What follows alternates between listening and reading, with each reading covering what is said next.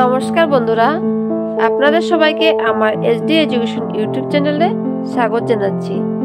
আজকে আমি সরোজিনী নাইডুর বিষয়ে 10 লাইনের ছোট্ট একটা রচনা নিয়ে আসছি। চলো ভিডিওটা শুরু করি। পয়েন্ট 1, সরোজিনী নাইডু ছিলেন একজন মহান স্বাধীনতা সংগ্রামী, রাজনীতিবিদ, কবি এবং লেখক। পয়েন্ট 2, তিনি 13 ফেব্রুয়ারি 1879 সালে হায়দ্রাবাদের একটি বাঙালি পরিবারে জন্মগ্রহণ করেন।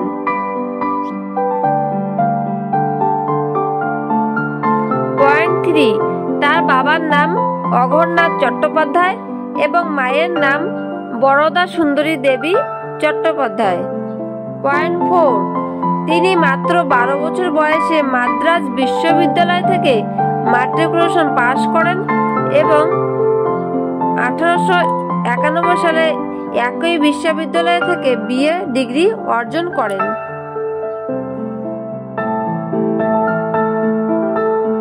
পয়েন্ট 5, তার কাব্য গুণাবলীর কারণে তিনি ভারতে নাইটিঙ্গেল নামেও পরিচিত ছিলেন।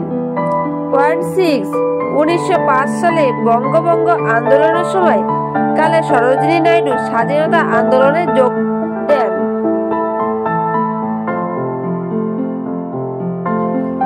পয়েন্ট 7, 1915 সাল থেকে 1918 সাল পর্যন্ত তিনি ব্রিটিশ ভারতের বিভিন্ন অঞ্চল ভ্রমণ করেছেন এবং সমাজ কল্যাণ, নারী ক্ষমতায়ন ও জাতীয়তাবাদের পক্ষে বক্তব্য রেখেছেন। 1917 সালে ভারতীয় নারী সংঘ প্রতিষ্ঠায় ভূমিকা রাখেন তিনি।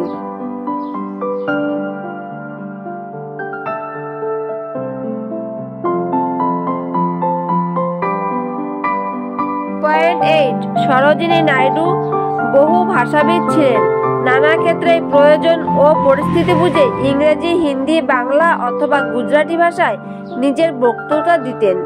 তিনি লন্ডনের ভাষায় ইংরেজদের তার বক্তৃতা শুনে মন্ত্রমুগ্ধ হয়ে যান উপস্থিতি শ্রোতামণ্ডলী।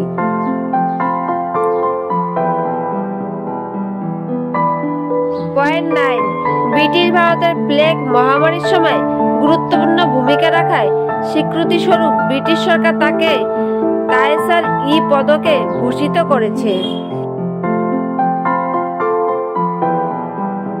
পয়েন্ট 10, জীবনে পুরোটা সময় এইভাবে তিনি ভারতবর্ষের স্বাধীনতা আন্দোলনে অতিবাহিত করেছেন।